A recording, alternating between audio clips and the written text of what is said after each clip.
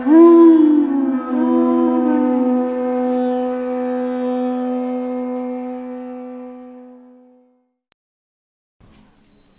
Namo Bhagavate Vasudevaya. Om Namo Bhagavate Vasudevaya. Om Namo Bhagavate Vasudevaya.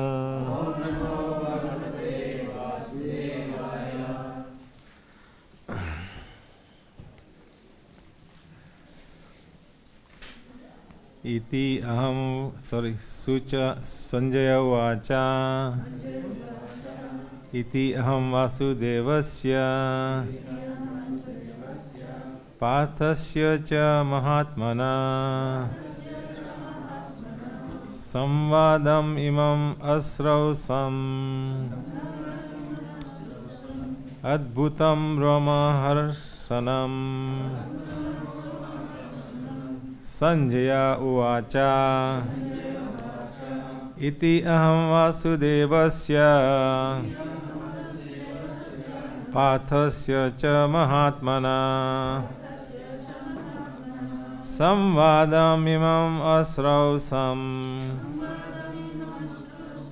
adbhutam ramaharsanam. Sanjaya uvacha. Sanjaya said, Iti, thus, aham, I, Vasudevasya, of Krishna, Parthasya, and Arjuna, Cha, also, Mahatmana, of the great soul, Samvadam, discussion, Imam, this, Asrausam, have heard, Adbhutam, wonderful, Ramaharsanam, making the hair stand on end. Sanjaya said, sorry, translation and purport by Srila Prabhupada. Srila Prabhupada ki jai. Sanjaya said, thus I have heard the conversation of two great souls, Krishna and Arjuna, and so wonderful is that message that my hair is standing on end. Wow. Very nice. Purport. In the beginning of Bhagavad-Gita, Dhritarashtra inquired from his secretary Sanjaya what happened on the battlefield of Kurukshetra. The entire study was related to the heart of Sanjaya by the grace of his spiritual master, Vyasa. He thus explained the theme of the battlefield. The conversation was wonderful because such an important conversation between two great souls had never taken place before and would not take place again. It was wonderful because the Supreme Personality of Godhead was speaking about himself and his energies to the living entity, Arjuna, a great devotee of the Lord. If we follow the footsteps of Arjuna to understand Krishna, then our life will be happy and successful. Sanjaya realized this and he began to understand it, and he related the conversation to Dhritarashtra. Now it is concluded that wherever there is Krishna and Arjuna, there is victory. Everyone can repeat. Sanjaya said, thus have I heard the conversation of two great souls, Krishna and Arjuna.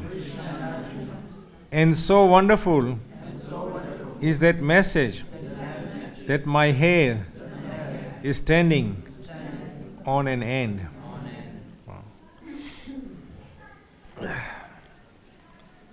Namam Vishnupadaya Krishna Prasthaya Bhutale Srimati Bhakti-Vedanta Swami Tiname Namaste Saraswati Deve Gauravani Pracharine Nirvishesha Shunyavadi Prasyata Desatarine Jai Sri Krishna Chaitanya Prabhu Nityananda Sri Advaita Gadadhar Sivasadi Gaura Bhakta Vrinda. Everyone, Hare Krishna, Krishna Krishna, Hare Hare, Hare Ram, Ram Ram, Hare. So today you can ask all your questions.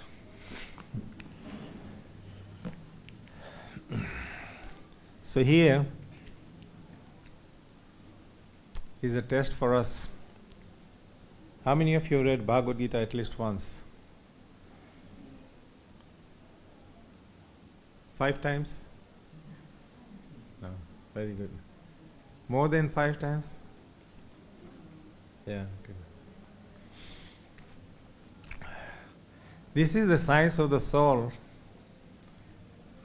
Although we say Bhagavad-Gita is a song of God, but the Lord, the Supreme Personality of Godhead, is singing to us the science that is related to each one of us individually. You know? Right. And this science is so prominent that if we take it up seriously, then we can be freed. Freed from the cycle of birth, death, old age and disease. So much suffering we go through. All the sufferings can come to an end. Here Sanjaya is very fortunate because he is sitting many, many yojanas or miles away from where the battlefield is. The battle is about to begin. Dhritarashtra, who was blind, he is asking Sanjaya that, please tell me what's going on in the battlefield. Because either way, it's his sons and his brother's sons, and as a king, everyone on the battlefield is meant to be like his denizens, so they are also like his children. Sanjay was so empowered because he was in a proper disciplic succession. He was a disciple of whom? Who was his spiritual master? Vyasadeva, right? And who was his spiritual master? Narada. So like this, there is proper system, that he is in a disciplic succession from very elevated and a bona fide spiritual master, that he is elevated and he is empowered because of his his situation in the proper disciplic succession, that from within he can actually see what's going on the outside, many, many miles away. And he is so fortunate that he can actually not only see Krishna and Arjuna, but he can hear everything that Krishna is saying, right? And at the end he's saying that now I've heard the conversation. Romanchakam pasru taranga bhajo, that my hairs on my body are standing. Keep on reading the Bhagavad-Gita as many times as you have to until the hairs stand on your body. Then you know you heard Krishna. Right? True. Until the hairs stand up, we have not read the Bhagavad-Gita. We have not heard the Bhagavad-Gita. We think we have read the Bhagavad-Gita. And actually, the more you read the Bhagavad-Gita, the deeper the realizations will become. Because the Lord and His energy and His song and His instructions, His A, B, C, D, everything up to Z, everything that you can think of is unlimited. It has no ending. In the material world, everything has limitations. But everything coming from the Lord is infinite, is unlimited. The more we read the Bhagavad-Gita, the more deeper realization we'll get. And possibly one day will come when your hairs will start standing up. Because you will actually be listening to Krishna, not just reading what he is saying. Comes a time when you will actually sing what he is singing. Because this is not spoken, it's actually sung. That's why in the Vedic times, they used to teach the children. Bhagavad-Gita was the beginning of education. They used to teach the children how to sing the Bhagavad-Gita. Even today there are many schools that teach the children how to sing the Bhagavad-Gita. And they teach them how to sing, so many of these children, by the time they go up to whatever 12 plus or something, before even they go to university, they know how to sing the entire Bhagavad-Gita. And sing it over and over and over again. They get the blessings of the Supreme Lord. When we are young children and we are innocent, we actually sing with natural devotion, because there is no anarthas, there is no karmas in the way. Our previous lifetime of karmas come into action at the age of around 16. They come into full force. Prabhupada says that 0 to 5, we let the children have complete freedom. 5 to 12, discipline. This is the age when they can learn so much, they can pick up. They are naturally disciplined, because there is no anarthas in them, Then from 12 to 16, you befriend them as parents or as teachers. And at the age of 16, many past lives of cumulative karmas will take over, and then that will take the destination or the direction in which the soul will go, or the body will go into.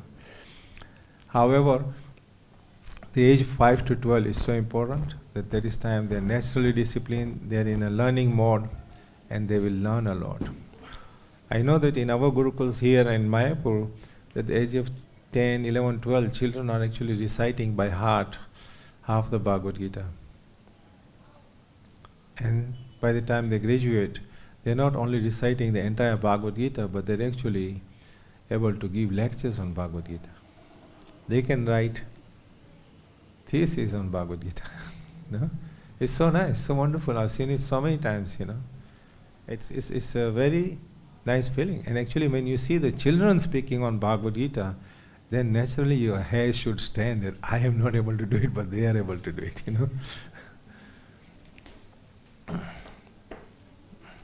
Out of fear, our hairs will stand any time. When there is sudden fear and sudden attack comes, your hairs stand up on your body. So you've experienced it. Walk in the middle of the night in the dark and you hear some rattling, never mind about a lion roar, still your hairs will stand up. I remember I was in Kenya and we used to live in tin huts. So at night time everyone had to lock the doors because there was fear of lions and other animals coming through. And people used to keep guns. My father used to keep a shotgun, in the house also, just for safety. But every time anyone heard the lion roar nearby, everyone would kind of hug onto each other, even though we were inside a sheltered home. So, out of fear, the hairs will stand up on your heads. But why out of fear? Why not out of love? No? Why not out of love? That's why it's important for us to understand the Bhagavad-Gita. It's important for us to understand the parampara system. It's important to understand how to follow the parampara system. Prabhupada, in the beginning of this Bhagavad-Gita, in the introduction, he emphasizes, first of all, on the importance of the parampara. And he says how he gave this science to the sun god many millions of years before. Imam vivasvate yogam proktavam aham avyayam vivasvan manave praha manur iksvakve bravit.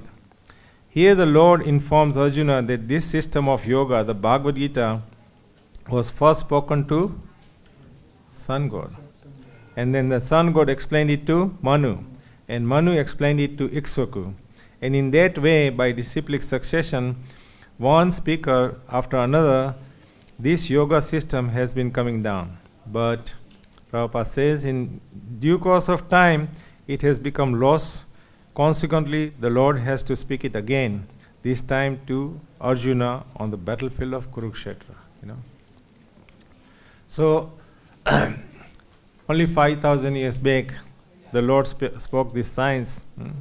And how did Arjuna accept this? So Prabhupada gives several paragraphs explanation of the importance of the parampara system and how, he is keen that all of us get this message. Because he, being the Supreme Father, he understands that we are all here on temporary basis and we are all going through different sufferings, Our suffering or happiness is based on the three different modes. If you are in mode of goodness, there is different level of suffering and different level of happiness. If you are in mode of passion, again, variation. And then if you are in mode of ignorance, then we are not able to understand even the suffering that we are going through. There may be so much suffering that we are going through, but we are not able to realize it.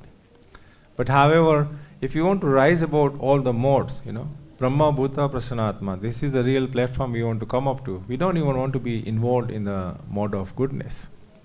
It's explained in different ways. Prabhupada says that the three modes are like three ropes, and that three ropes make one rope, so they're all going around each other. So even if you are in the mode of goodness, somewhere along the line, the mode of passion will pop into your mind, and then mode of ignorance will also pop into your mind from time to time. And then again, when you come to realization, you try to smash those modes and try to come to mode of goodness. But if you rise above the mode of goodness, then we will become free from this entangled rope system. Here is Prabhupada's explanation. How Arjuna accepted this Bhagavad-Gita should be noted. See how Prabhupada said it should be noted. Right? So it's not just for us to read, it's to be noted. It's meant to be taken into our systems. Param Brahma Param Dham Pavitram Paramam Bhavan Purusham Sasvatam Divyam Adi Devam Ajam Vibhum Ahustvam Rasya Sarve Devarsi Narada Tatha Asito Deva Lo Vyasa Swayam Chaiva Bravisme Sarvam Etadritam Manye Yan Mam Vadasi Kesava Nahi te Bhagwan Vyaktim Vidur Deva na Danava. Explanation. Arjuna said, you are the Supreme Personality of Godhead, the ultimate abode, the purest, the absolute truth. You are the eternal, transcendental, original person, the unborn, the greatest. All the great sages such as Narada, Asita, Devala and Vyasa confirm this truth about you, and now you yourself are declaring it to me. O Krishna, I totally accept you as truth, all that you have told me. Neither the demigods nor the demons, O Lord, can understand you, your personality. So even Prabhupada is stressing that even the demigods cannot understand the Supreme Personality of Godhead.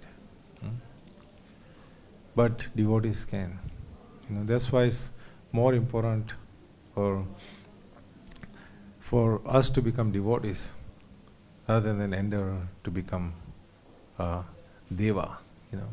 Sometimes when you hear the life duration of Brahma and you hear the life duration of Indra and the opulences they have in the heavenly planets, then it's pretty mesmerizing. That yes, I can go to a planet, where I can travel by myself without having to book an airline ticket.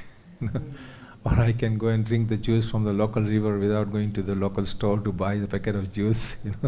So there's so many things. If you go into Devanagari and you look into the opulences that are mentioned in the planets of the demigods, it's very easy to get mesmerized. It's just like many people in India, they want to go to America. Generally, people are thinking, oh, we want to go to America because they think the dollars are flying and they fall from the tree. So, but then when they go there, they realize that dollars don't go on the trees. That you have come to Tapabhumi and tapasya is required. You have to work very hard to get to those dollars. And then when you get the dollars, then the government takes 1/3 of the dollar away. And then the rent takes away another 1/3. And then before you realize, you're in debt. Right? So 40 years, 50 years ago, it was different, but now the economy is so pathetic that people are working 1.5 job, 2 jobs, just to make ends meet. Even in America, in London, the same problem, situation. So, out of illusion, or being in illusion, we end up suffering. Why was Dhritarashtra not able to see Krishna and hear him? Why he had to ask Sanjay? He was the king, right? Yeah, he was the king. But he was not able to understand because he was so much in illusion, he was so much in Maya, he was so much attached to his sons. knowing that he was wrong, knowing that his son Duryodhana especially didn't deserve to be the heir to the dynasty. Knowing all that, he was still, because of his attachment, he was allowing so much nonsense to go on. And then ultimately there's a war on the whole planet. So many billions of people had to die just because of one king who was not performing his duties. Many kings before him who were ruling the world, who were Chakravarti Rajas, the Chakravarti kings, they were so powerful. Like Parikshit Maharaj. What to speak of Yudhishthir Maharaj? What to speak of Bharat Maharaj? Parikshit Maharaj was also so advanced that it is said that not even one animal was suffering. Not even one single animal would go to sleep hungry.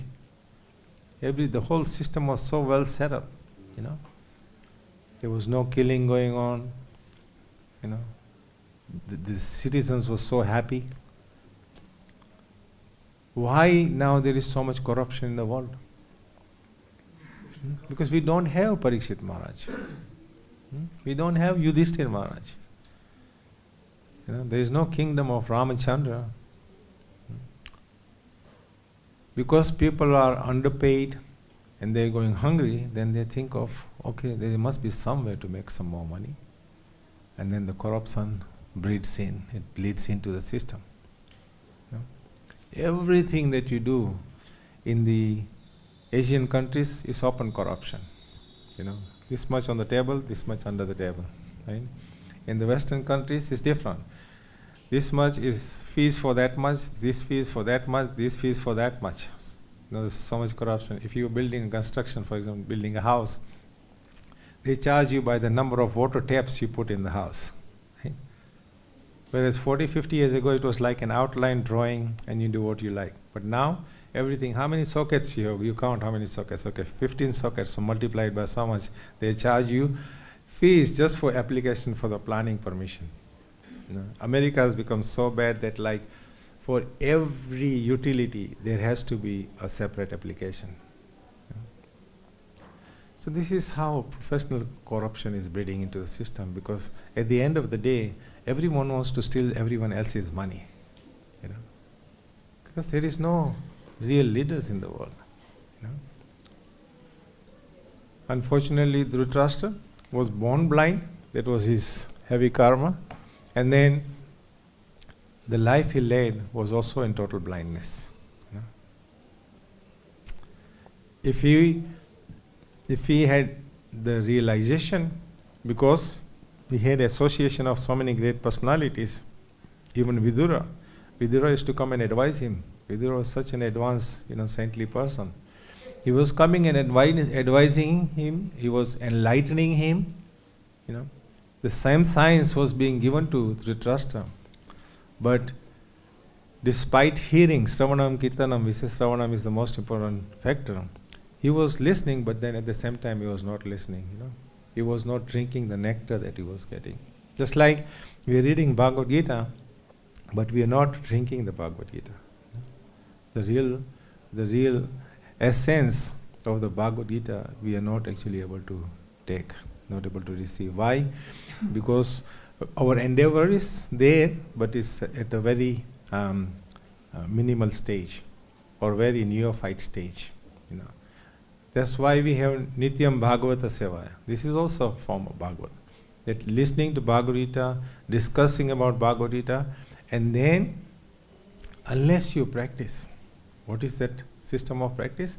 That you preach, unless you give out the books and you go and preach to the people. Prabhupada, in one of the quotes, he says that, what is the value of your 5 minutes of discourse to somebody on the street? 3 minutes. 3 minutes, he says 3 minutes, huh? 3 minutes, yeah. What is the value, More important is you give them a book within those 3 minutes. Convince them to take a book. Don't try to, preach to people on the street. Because if you can give a book and they go away and read even a single page, that will change their lives. Because when they read, they will be hearing Krishna, right? they will be hearing the Supreme Personality of Godhead. On the contrary, if you drive them away because you're trying to convince them with your own mentality, lack of purity, lack of knowledge, lack of experience, then you've lost. You've done a harm to the living entity that had an opportunity to come so close to the Gita. Remember, the Gita and Krishna are none different. Your Shraddha, your bhav, your devotion is what counts, how you look at the Gita. The mood with which you give it. Sanjaya was narrating the entire pastime and Dhritarashtra was listening to the entire pastime. At the end, Sanjaya said, now I have understood. Dhritarashtra didn't say, yes, thank you very much, I have also understood. Sanjaya said, the hairs on my body are standing. Dhritarashtra was thinking, what is going to be the outcome after all this I've heard? He could still not understand the outcome is not going to be in the favor of his children or his sons. See? He could not understand. Because, again, the mode in which we hear the Bhagavad-Gita makes a big difference. He is listening, he is hearing, but he is all the time thinking, what's going to happen, what's going to happen? Instead of, okay, Krishna is the Supreme Personality of Godhead, he is saying something very important, which is important for us. Bhagavad-Gita is not just about a battlefield. The battlefield is certainly there. But the Bhagavad-Gita is giving us the science, the soul, the super soul, the karma that is involved, the material energy, all these other aspects that are revolving around the soul. Krishna is highlighting for us so that we can understand. Every day we are also in a battlefield. We may not call it Mahabharata, Yuddha, but every day we are battling with so many things in life, right? Trying to get up in the morning is a battle. Right? Getting to the morning program is a battle. Going out for book distribution in time is a battle.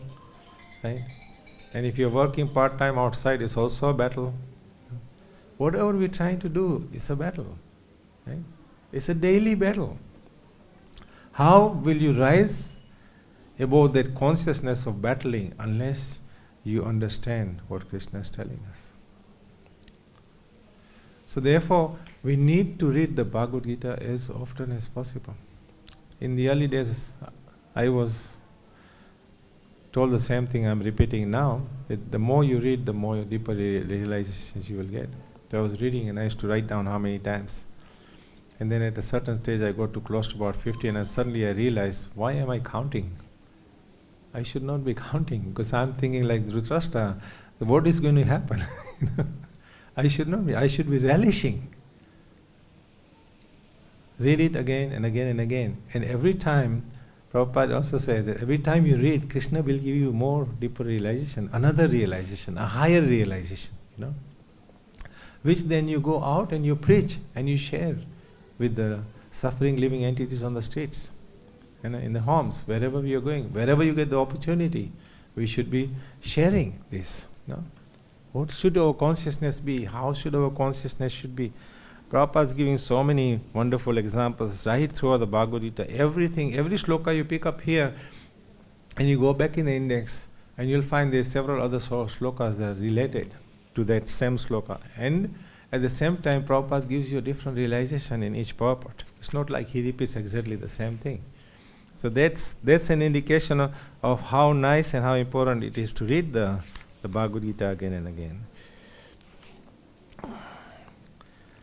Krishna is saying that yesam tu antagatam papam. Antagatam papam is at the end of life you're completely free from any entanglement, any modes, activities and reactions, anything at all you're completely free from.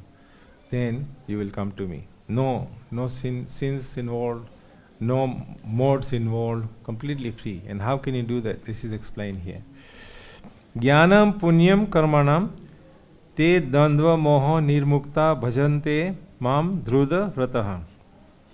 Persons who have acted piously in previous lives and in this life, and whose sinful actions are completely eradicated. Completely what? Eradicated, yeah. Are freed from the dualities of delusion. If you want to be freed completely, you want to be like Sanjaya and not like Dhritarashtra, this is a nice sloka to memorize and repeat again and again, an endeavor. And they engage themselves in my service with determination. Prabhupada explains that only those who have passed their lives in practicing the regulative principles of religion, only those who have passed their lives practicing what? Regulative principles of religion, who have acted piously, and who have conquered sinful reactions, can accept devotional service and gradually rise to the pure knowledge of the Supreme Personality of Godhead. In order for us to understand the Supreme Personality of Godhead, these points are very important. Must be have been followed regulative principles very seriously. Prabhupada has given us principles which are very simple. They are not really difficult. Once you start following them, it's not difficult. Act piously. Actually, when we act piously, it actually feels very nice. If you act piously, other people will like it, and then also you will relish because there is reciprocation. And who have conquered sinful reactions can accept devotional service. In other words, stop all sinful activities. If you act piously, then it becomes so much more easier not to think of anything sinful. In Kali Yuga, we are fortunate that it's not the same as in Satya Yuga. In Satya Yuga, if you mentally think of some sinful activity, it's almost the same as doing sinful activity. In Kali Yuga, it doesn't apply like that. Then gradually they can meditate in the trance of the Supreme Personality of Godhead. That is the process of being situated on the spiritual platform. This elevation is possible in Krishna consciousness in the association of pure devotees. Association. Here Prabhupada is stressing so much on association. Natural, if you associate with drunkards, you will become not a devotee? No, right? You know that. Everyone knows that. It's a simple thing, right?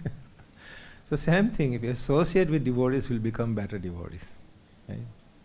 We create a transcendental competition. That like, okay, which team is better? Which team is distributing better books or more books?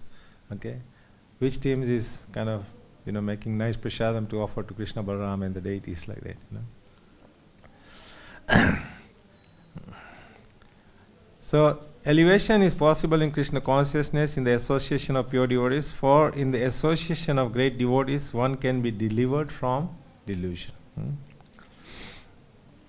The impersonalists, how Prabhupada now emphasizing, the impersonalists do not know that forgetting their constitutional position as subordinate to the Supreme Lord is a great violation of God's law. It's a violation. So that's why we have to save ourselves from sinful activities.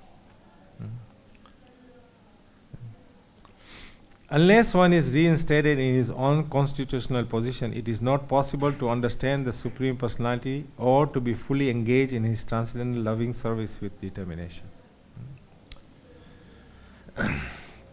So this is vital for us, that we become fully engaged in Krishna consciousness, we become fully absorbed in our principles and practices, become a great example. Just by us being a good example, other people should be able to follow. Prabhupada was the greatest example of the era. He didn't have mridanga and kartals and everything when he went in Thompson Square Park. He was just sitting under a tree and he was using his hands and he was singing only in one rhythm. He didn't do so many different melodies. But because of his purity, because of his exemplary, actions, he was able to draw so many people. Even today, the tree under which he sat is being worshipped. It has a plaque on it. And every day a garland goes, that is from the deities, that is offered to the tree. That is the power of a devotee. Wherever devotee goes, he becomes like a touchstone. We have one devotee in our movement, and he comes from a very rich Marwari family. So when he left the home and he joined Mayapur temple, coming from a very rich family, in those days we used to make sure everyone went through some very basic training, which included cleaning the bathrooms, sweeping the floors. So he was doing that. He just, after reading the Bhagavad-Gita and associating with the devotees, he became so convinced that there is nothing more to life than performing devotional service. And yet he came from a very, very rich, family. Like we see the Goswamis, if you look at the history of each Goswami was very well placed in some ministry or, wealthy position in a family. And they just give up everything like that, So this devotee is saying that his parents came and they were very disturbed, and they were saying that, like, look, son, why don't you just come back? Our duty is to open temples for these people, and you can open as many temples as you like, and they can utilize the temples to worship. And he said, no, I want to serve Prabhupada. He wanted to serve Prabhupada in Prabhupada's movement. He would not give up, because his father tried many things and they didn't work. So finally he said, like, we are Marwaris, we are rich people, and we can open temples, and you can come back home and open temples as you like. But many years later, he's become a great fundraiser in our movement. And because of his efforts, wherever a temple is being built, he goes and preaches. And he raises so much funds. He could have done that many years back just using his father's money, but then he would have gone back to the materialistic way of life. He wanted to stay a devotee, and he became a nice devotee. He endeavored very hard and preaching so nicely. We have Krishna, he fulfills our desires in so many different ways, provided we surrender. We give ourselves to devotional life. Then even the smallest of devotion you have and desires you have, he will take care of them in a spiritual way. He does that for us. So, please, my humble request is that take up the song of God, the science of God, the knowledge that's given up in Bhagavad-Gita to us, in a humble but in a very firm way. Hear it nicely, drink it nicely, and then distribute it nicely. Not 3-minute principle, right? Not the 3-minute principle of talking, but 3-minute principle of giving out at least 3 books, right? So anyone has any comments or questions? Yes, Prabhu. Can I have a question out of subject? As long as it's spiritual. Yeah, sure. May I know what is the background of Sanjaya? Why he got this power? Because Sanjaya is like the devotees who took to Srila Prabhupada seriously and took Prabhupada's instructions seriously. They all became powerful. So Sanjaya is one of the disciples of Vyasadeva who took Vyasadev's instructions seriously. I'm not sure what his family background and everything was, but the point is that as a devotee or as a soul, he took his spiritual master very seriously. And that's what counts, Like Prabhupada explained, it doesn't matter which family you come from, rich, poor, green, brown, yellow, ugly, whatever. If you take the instructions of the spiritual master seriously, instructions that are coming in the parampara seriously, then that will, take you a long way into the spiritual world. There's a goal, ultimate goal is there. We don't want to become Lord Brahma or Lord Indra. Because Indra also has to die, Brahma also has to die. So what's the point? Human beings also die, dogs and cats also die, mice and everything else, reptiles, they also die. So how often do you want to die? I agree with your comment. We are battling every day with the new problems, and Yes. it's true. True. Because I'm here to get the spiritual gain, but I'm seeing when I get down from my apartment building, Yes. I fight the dark, and further down with the rickshaw and crowd, all kind of things. So it's a new battle every day. It's true. This material world is like a prison house, is a place of suffering, So, and Prabhupada says that we all come here because we committed some sin. He says everyone who comes to the material world is here because we committed sin. So now to eradicate those sinful activities is important for us. Others will keep coming back to suffer more. And one thing is good, like if you have devotee, your big problem is reduced to a small problem. Yes. And this is good because you share love to the Krishna. One time I remember I came for the afternoon noon arti, and I had problem with my knees.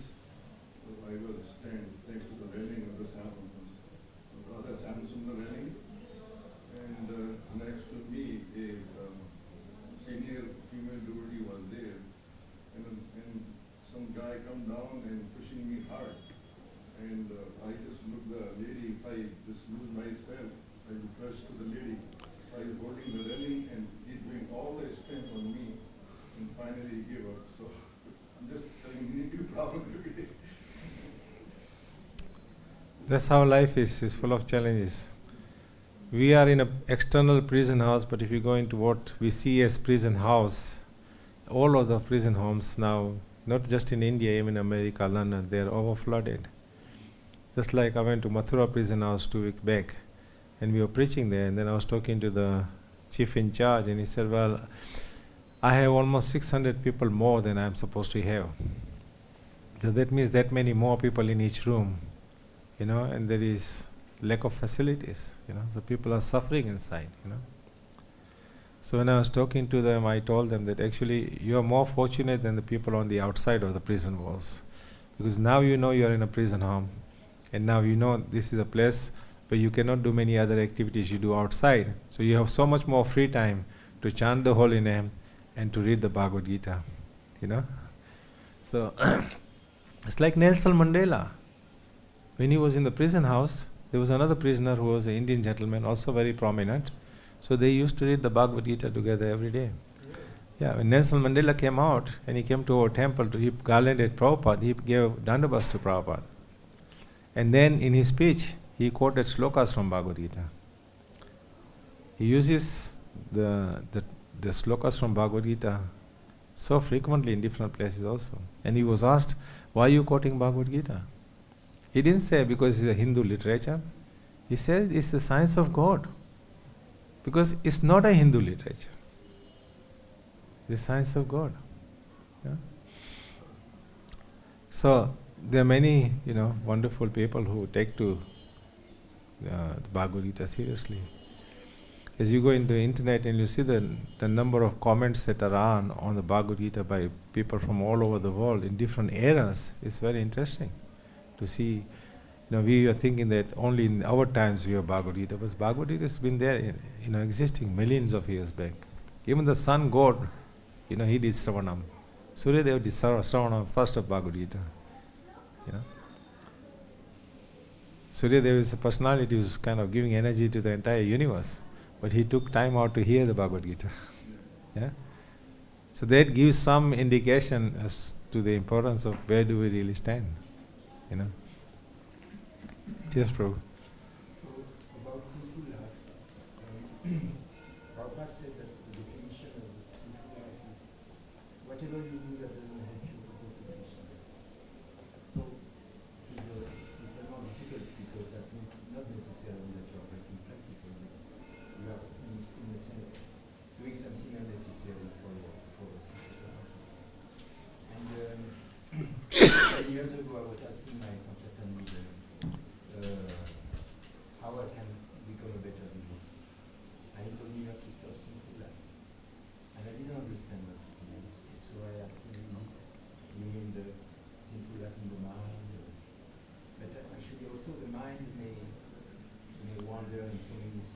unnecessary.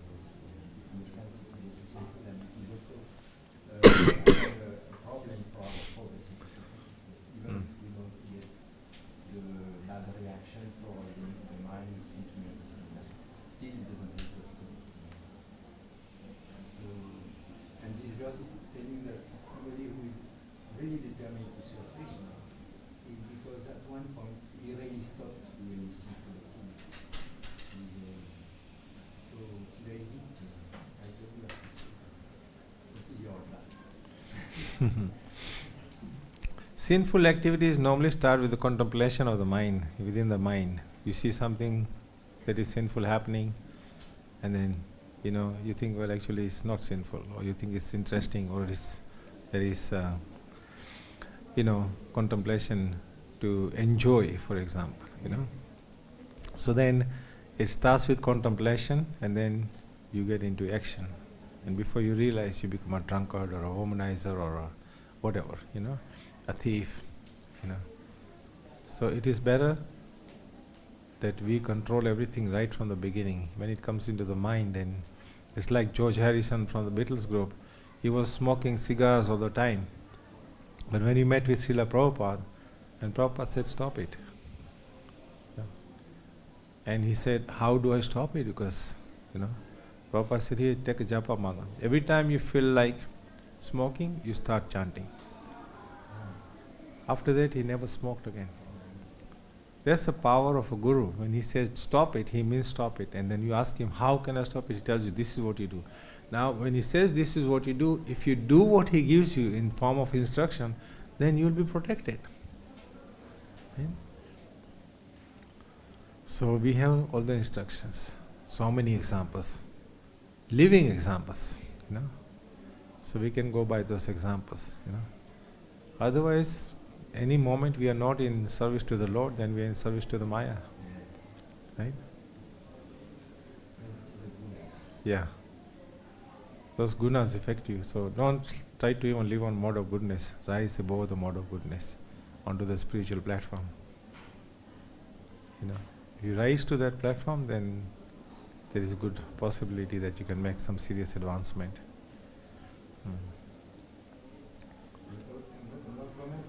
Yes. I liked what you said about Prabhupada's example. Yeah. That actually was showing an example that was very wonderful, because he was so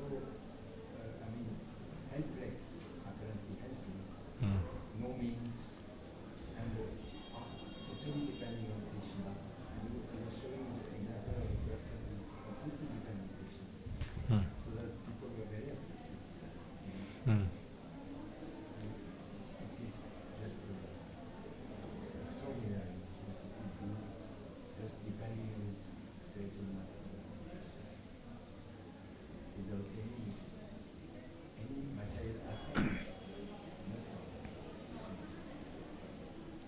Well, he took his spiritual life very seriously, and he took his spiritual master's instructions very seriously also. It was like when he went to the West, somebody said, nobody will listen to you unless you get into your pants and shirt, And he was immediately, no, I haven't come to take the culture, I have come to give you the science of spirituality, And he did not deviate because he understood the instruction of his spiritual master. And he understood the science, There's another time he was asked that now there's an audience in, can you speak in Hindi? This was in the West. And he said, no, my spiritual master sent me, and his instruction was that I should translate all this into the foreign language, especially English, and then I should, preach in English language. So now I'm in America, I will preach in English. So there was like he took the instruction very seriously, because he was asked to translate and preach in English, So that he took very seriously. He didn't think, okay, somebody is asking me to entertain this way, that way, or another. No, he knew what the principle was. Yeah. He could have given so many Hindi lectures. He could have given so many Bengali lectures. But he knew why his spiritual master told him this. He speaks in English. The Western people in America, Europe, wherever, they'll take it. The Eastern continent or the hemisphere of the world is following everything that's happening in the West. So they will follow. So that was the higher understanding, the higher thoughts. Okay. Anyone else? Any comments? Thank you so much. Hare Krishna. Hare Krishna.